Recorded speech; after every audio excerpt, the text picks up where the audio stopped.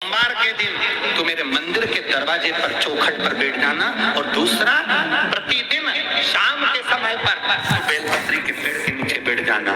जो तेरी बेल वृक्ष के नीचे सेवा करने आए, जो शंकर जी के मंदिर में सोमवार को जल चढ़ाने आए, उसका जो पात्र जल चढ़ाकर जब वो घर लेकर जाए, उसके पीछे पीछे पात्र के पीछे पीछे तू जाना और उसके घर में लक्ष्मी का भंडार भरकर आए। लक्ष्मी बेलपत्र के वृक्ष के नीचे तो विराजमान हो जा। उस बेलपत्र के वृक्ष के नीचे जो कुंवारी लगाए, सेवा करे, चाकरी करे, एक बेटी को जैसे बड़ा करते हैं वैसे बेलपत्री के वृक्ष को जो बड़ा करे, बेलपत्री के वृक्ष का जो पालन करे, पोषण करे, उसकी संभाल करे, उस बेलपत्री के वृक्ष को जैसे जैसे वो उन्नति करे वैसे वैसे उसके घर में समृद्धि बढ़ते जाए। जिसका खुद का मकान नहीं हो, खुद का मकान नहीं हो, किराए के मकान में रहते रहते जिंदगी बीत रही है, खुद का और बहुत दुख का जीवन चल रहा, बहुत कष्ट का बहुत अपना खुद का कोई मकान नहीं, मान लो प्लाट है पर मकान बन नहीं रहा, या कोई प्रॉपर्टी अपनी नहीं बन रही, तो हम इस व्यासपीठ से कहना चाहेंगे कि एक प्रयोग अवश्य करिएगा, एक प्रयोग अवश्य। अपने आसपास के 5-6 बेलपत्र के वृक्ष देख लीजिए, अपने आसपास के नजदीक के 5-6 बेलपत्र के बड़े बड़े वृक्ष देख लो या छोटे वृक्ष देख लो।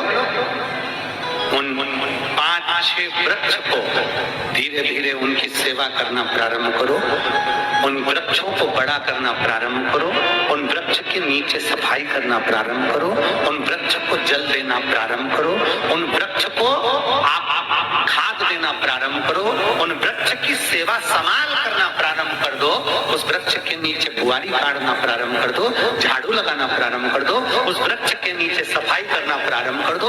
उस बेलपत्री के 5-6-7 वृक्ष को आप गोद ले लो। गोद लेना मतलब मैं इसकी सेवा करूंगा, मैं इसमें जल दूंगा, मैं इसकी खाद दूंगा, मैं इसकी सेवा करूंगा, कुछ मत करो, बस केवल इस शरीर से उस बेलपत्र के वृक्ष की सेवा करना रोज प्रारंभ कर दो। 6 महीना इंतजार करना और 6 महीना लगातार सेवा करना, 7वां महीना आपका और हमारा, और बताना कि भोलेनाथ ने प्रॉपर्टी दिलाई कि नहीं दिलाई और आगे बढ़ाया।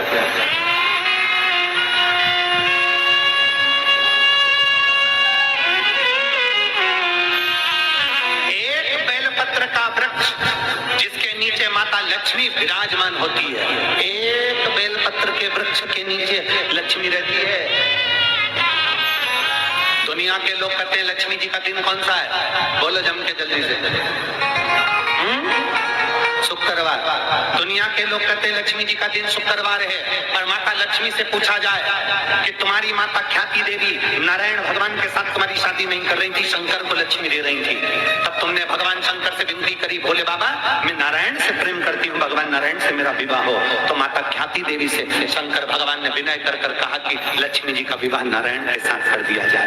भगवान नारायण के साथ जब लक्ष्मी जी का विवाह हो गया, तब लक्ष्मी जी हाथ जोड़कर बोलती हैं, बाबा मेरा विवाह नारायण के साथ हो गया, पर मैं आपके चरणों की सेवा करना चाहती हूँ, बाबा आप कृपा करिए कि मैं क्या करूँ आपके लिए। शंकर भगवान कहते हैं लक्ष्मी बस 2 चीजें कर दे, एक सोमवार के दिन तू मेरे मंदिर के दरवाजे पर चौखट पर बैठ जाना, और दूसरा प्रतिदिन शाम के समय पर तू बेलपत्री के पेड़ के नीचे बैठ जाना। जो तेरी बेल वृक्ष के नीचे सेवा करने आए, जो शंकर जी के मंदिर में सोमवार को जल चढ़ाने आए, उसका जो पात्र जल चढ़ाकर जब वो घर लेकर जाए, उसके पीछे पीछे पात्र के पीछे पीछे तू जाना और उसके घर में लक्ष्मी का भंडार भरकर आए।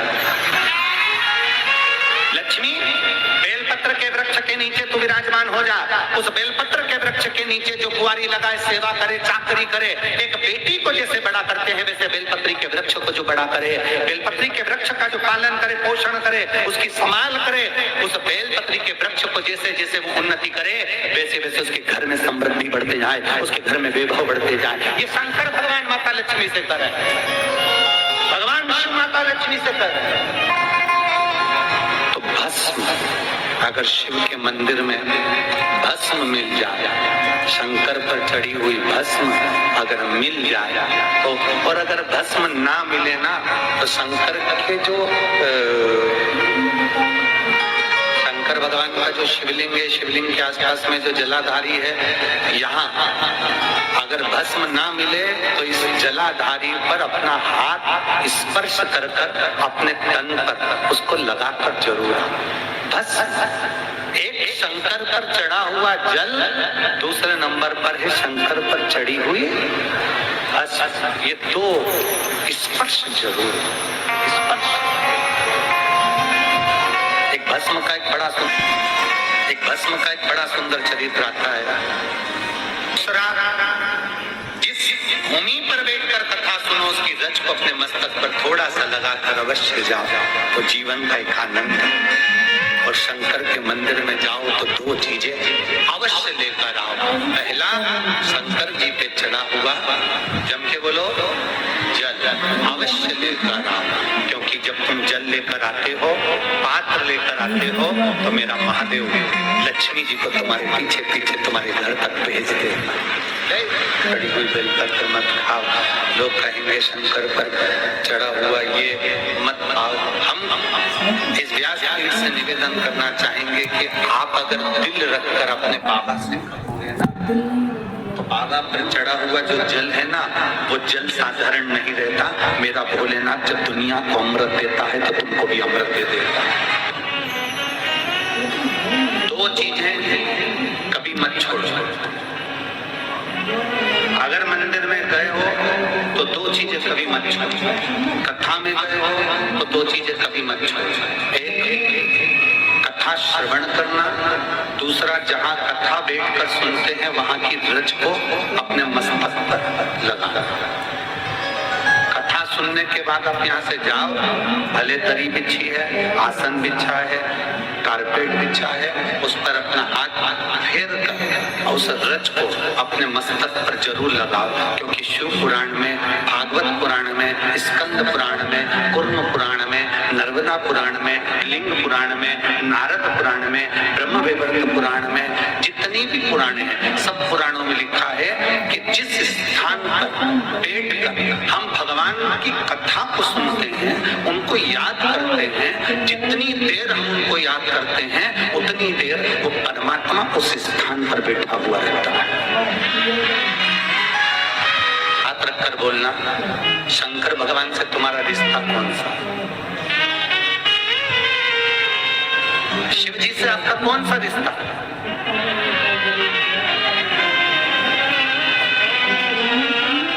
शंकर भगवान को आप क्या मानते हो? हमने आपको एक संबंध बताया था कि सीहोर कुबेरेश्वर धाम आपका मायका है, तो हम आपके भाई हैं, तो शंकर भगवान आपके पिता हैं, आपके बाप हैं, आपका बाबा है, आपका दादा है।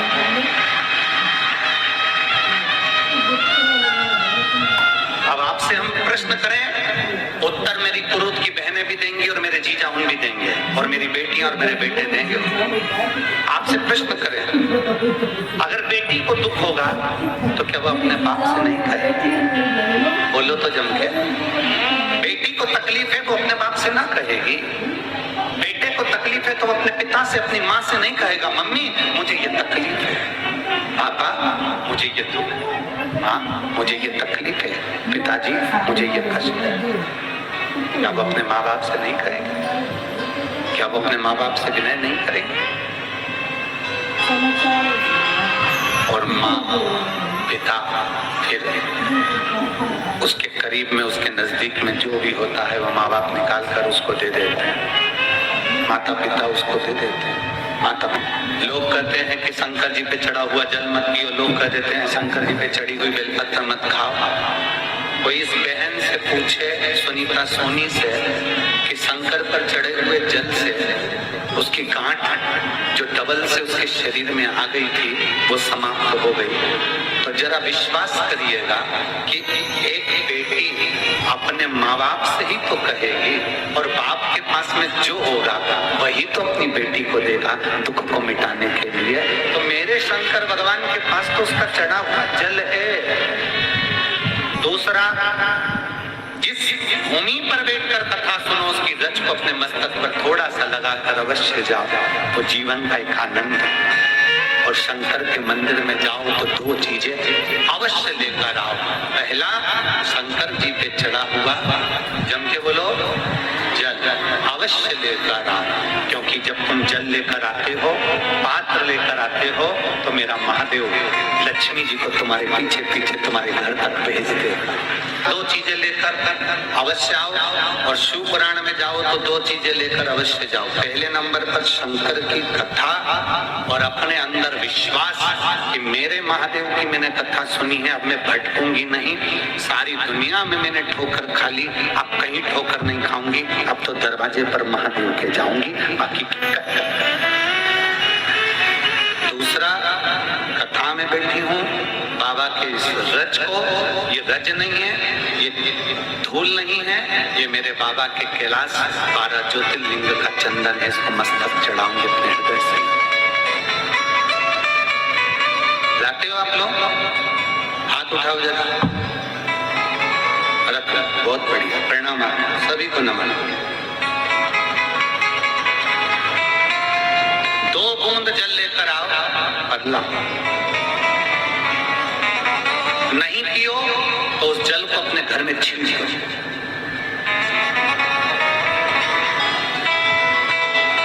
नहीं पी सकते, उस जल को छीन दो।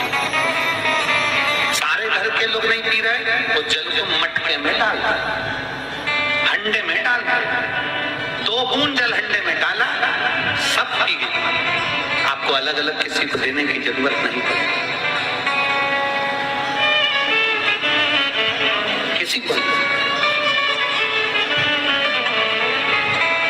हंडे में डाल दो, मटके में डाल दो, सब उस पानी को पीना डालना।